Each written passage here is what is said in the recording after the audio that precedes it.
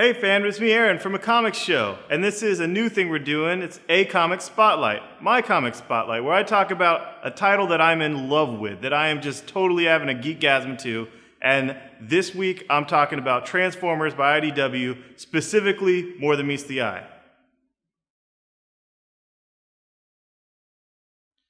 First, I'd like to talk about the nuts and bolts, the basic plot, what it is that we're talking about here. This is More Than Meets the Eye. Cybertron is different now. It called all the robots home. All the robots that have left throughout the galaxy over the millennia that Decepticons and Autobots are fighting are back. They're called nails, I guess it's a pejorative. It's non-affiliated indigenous life forms, whatever. So they are being called to Cybertron, and basically Autobots and Decepticons are seen as just kind of looked down on by them because they were just these warmongers. And the start of it, what leads all this is chaos. You don't have to worry about that. There was a Transformers book that the storyline was called Chaos by IDW. What you do have to worry about is the death of Optimus Prime, which is conveniently collected in Transformers More Than Meets the Eye, Volume 1.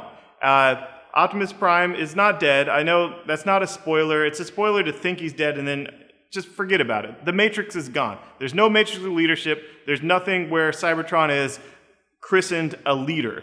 And the question isn't Autobot Decepticon, it's should you stay or should you go?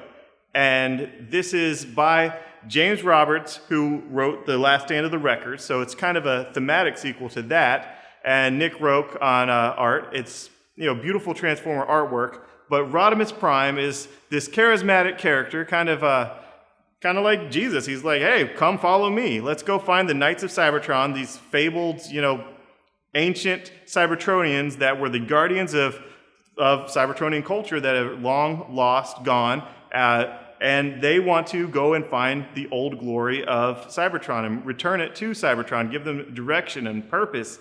And we get this ragtag group of kind of disciples of Rodimus that have all joined up on this trip throughout the galaxy to find a Metroplex or to find a Knights of Cybertron, find a Crystal City, find whatnot. You have some people that are looking for redemption, some people are looking for adventure, some are just, bored. Ratchet has to find a replacement because he's getting so old, and it's something. It's just space travel, crazy time travel even, and this book is kind of Doctor Who, kind of Star Trek going on a voyage, and what I'm going to get into next is why you should care, which is how much it's like Justice League International.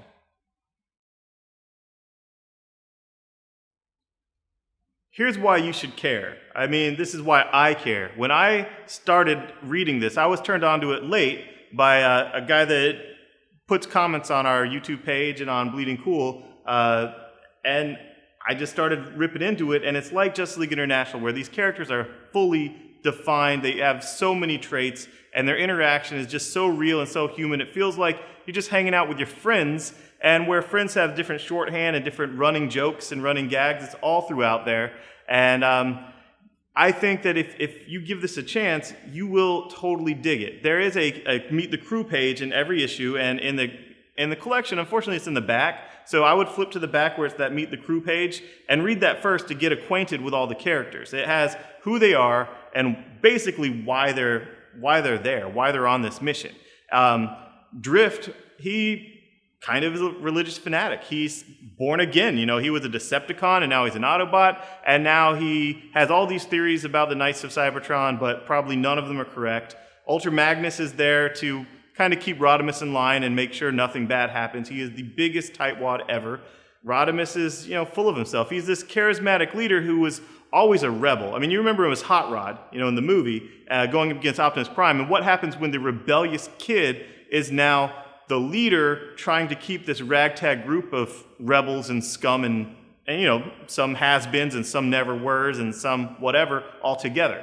And through this, we're seeing friendship, we're seeing purpose in life, direction, we're seeing religion with Primus and with where does belief come from. It's not a religious thing. It's also a bunch of stuff about science versus religion, and these robots having a religion at all is pretty crazy. I mean, it's, nuts. But this is the thing to me. This book, with the characterization of these characters, it's like this is what makes Transformers work. The regular Transformers you're familiar with, it's kind of there. You have the robots, and they transform. They have their alt modes. They have all that stuff. But if you remember, everything was like they were on Earth, and there was these kids that you were supposed to relate to, and these kids were like, oh, just kind of annoying to me. I'm sorry, Spike was annoying, and the kids in Prime or whatever are even more annoying. But you saw the Transformers seeing Earth and humans as these strangers in a strange land, and you see our customs is all weird, and the robots and whatnot, and that's all been and done. With this, it's kind of like in Star Trek: The New Generation, the Next Generation, where you saw things with our social norms and mores and our culture through the eyes of these other cultures, and it's just kind of insightful that your guard's down. You're reading about these robots, and you're seeing what it is to be human, and you're getting insight on human interaction and the things in our time of what we fight over and fight about, and friendships won and lost and all that. And this book is everything you wanted in a comic that just happens to be a Transformers book.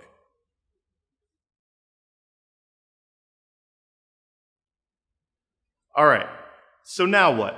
I love More Than Meets the Eye, and I'm telling you guys to try that. There's also Robots in Disguise, the companion book. It's by John Barber and Alex Maline and art. It's, beautifully drawn. And this is Bumblebee on Cybertron, where the More Than Meets the Eye, they left. These are the guys that stayed. And it's all politics and what you do after war. The war is over, now what? Things are a lot harder. When there was war, the soldiers knew what to do. The Autobots and the Decepticons, they had their mission and they had their purpose, and they followed Megatron or Optimus, and now neither of them are there. So you have Bumblebee running things, and not everyone's happy about it, especially the Nails. And then you have Metal Hawk as the leader of the Nails, and Starscream weasels his way in there as part of the trinity of leadership. Prowl hates it. Prowl has all kinds of machinations behind the scenes and all kinds of, you're like, come on, Prowl, what are you doing? RC is there. Everyone loves RC, but in the background working for Prowl, kind of like his agent, his hand.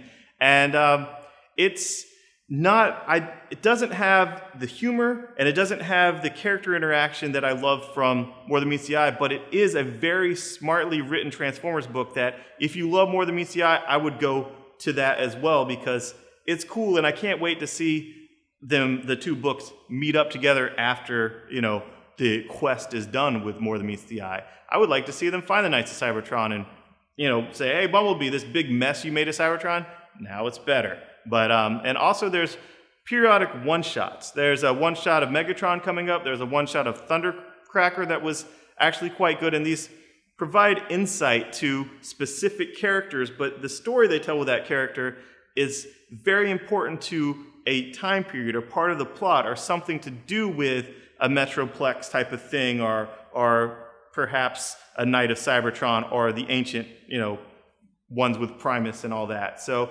if you do like More Than Meets the Eye, I would not tell you to stop there. Robots in Disguise is a great companion book, and the one-shots are great single-issue stories that also give you extra insight, and I think, obviously provide clues to what's coming and extra insight to what's coming. It's foreshadowing. Thanks, guys.